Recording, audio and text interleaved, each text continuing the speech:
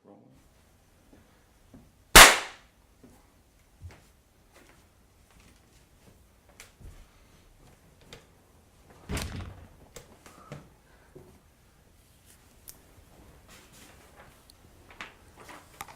You said that.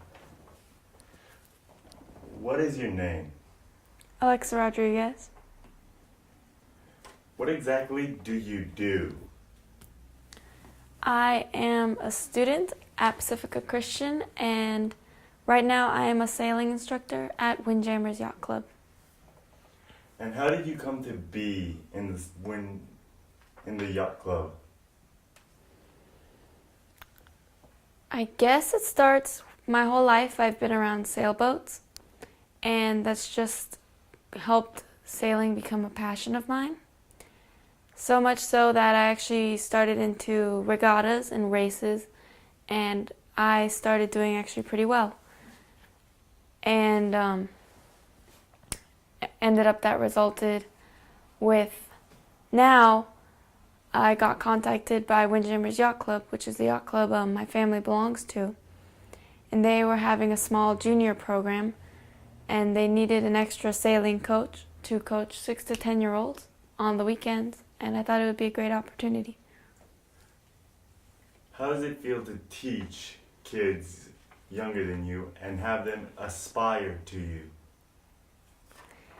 It was a good feeling. I mean, I feel that I wouldn't have been well with kids before, but once I started working, it only got better. And while I was trying to teach them, we had kind of a pause, a break, where they just saw me as an instructor. But one day I took them out sailing on the boats that I like to sail with, the big people boats.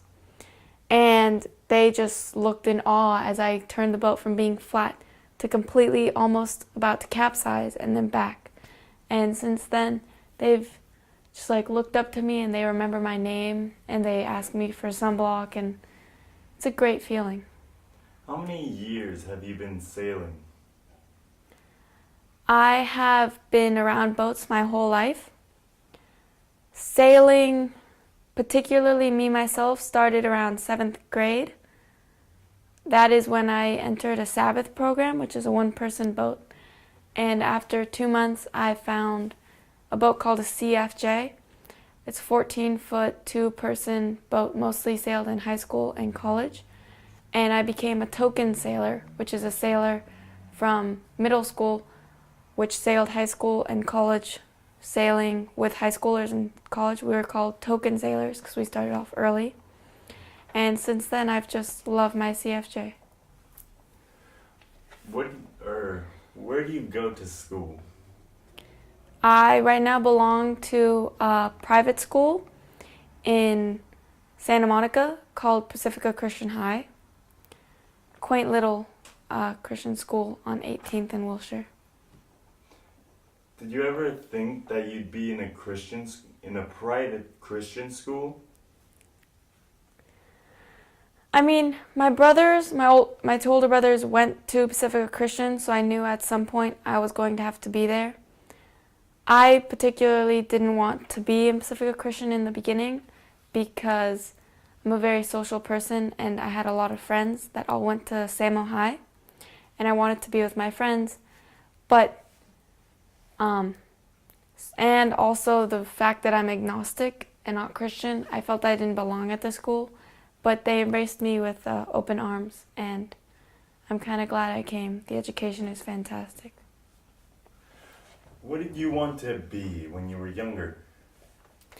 When I was younger, ever since I could remember, I wanted to be a veterinarian for animals. Why do you think that is? I come from a very compassionate and loving family, and my mother is kind of a saint. I feel that I have the same connection, but instead of towards people, I feel a kind of second-handed, first-hand connection with animals, that truly all I want to do is help them. So we got a dog, And I loved my dog so much that we got a cat. And I loved my cat so much we got another dog. And so I just always felt I needed my job. My dad always said, if you love what you do, you never work a day in your life. And I knew I had to work with animals. Have you done anything to advance this field of veterinarian? Or veterinarian? Yes, animal science. Actually, I did some research. There's the top major veterinarian schools. There's only 26 of them. And you have to have a very high GPA. So once I figured that out, I set a goal. And since then, I've been getting straight A's. And I went last year and I got an internship at a veterinarian office near my house, where I would go every Saturday from 9 till 2 and kind of shadow the veterinarians. And I actually became a veterinarian technician. Internship, of course.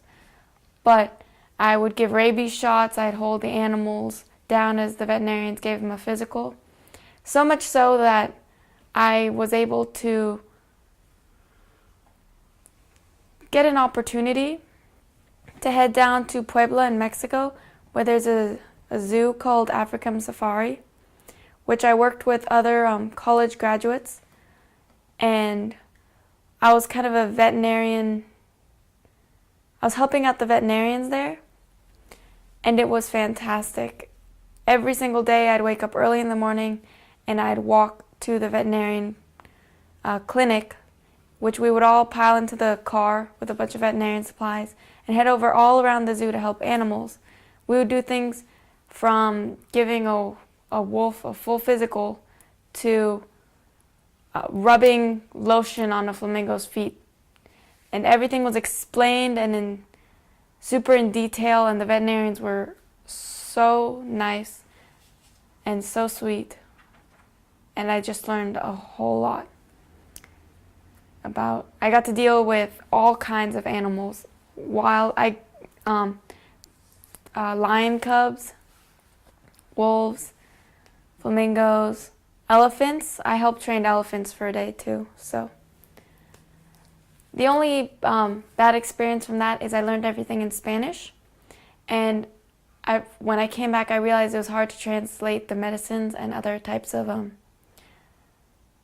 medical information to English, so I felt like that was the only drawback from going all the way to Mexico. But apart from that, I feel that I might return, but for a longer period of time. Very interesting.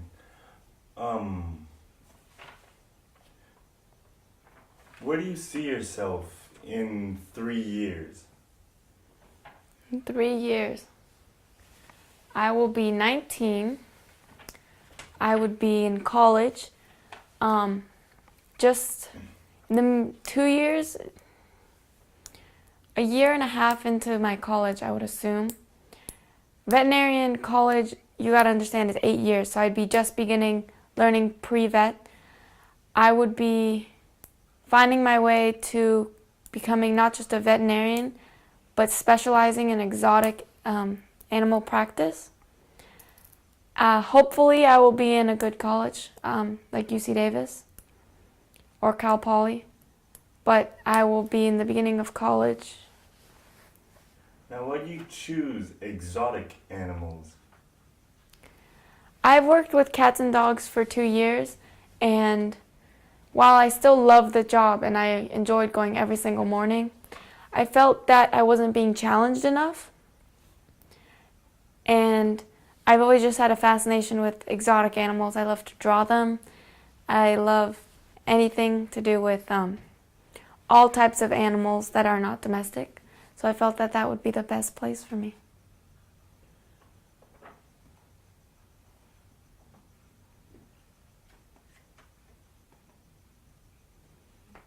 Are you happy where you are now? Yes, I'm very happy where I am right now. I actually live a blessed life with my family, and we happen to be in a good economical state. And yeah. What would you say one of your or some of your greatest accomplishments are? Greatest accomplishment. Could you specify? Possibly ranking first in a tournament, or being able to see something a vet could not or didn't. Oh, some accomplishments I felt that I have had during my life is surely, of course, the veterinarian internships. And the regattas were really, once I was in this regatta, and the wind was blowing super hard that my tiller, which is a steering wheel, actually broke. So I had to sail all the way back from the avenue, which was away from the actual dock and marina, without a tiller, and I felt that that was a great accomplishment because I had to use the wind, my weight on the boat, and the sails all had to be perfectly tuned so the boat wouldn't keep spinning.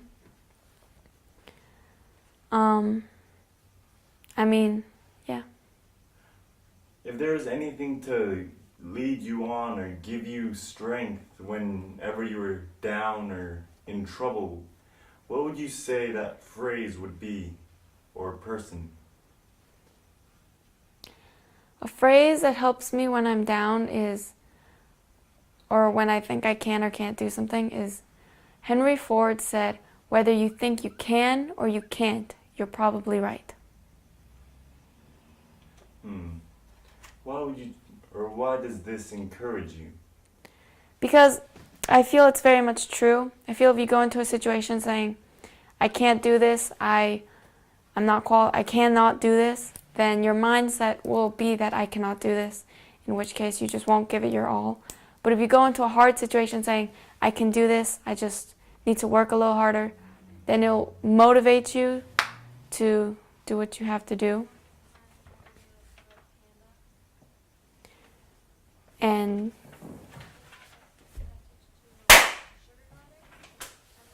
it'll just motivate you to do what you have to do. And after that, then it always helps me get through tough times. Is there anyone who is the most important person in your life? Wow, The most influential, to make it easier. One person? That's a hard question. I would have to say my dad. Because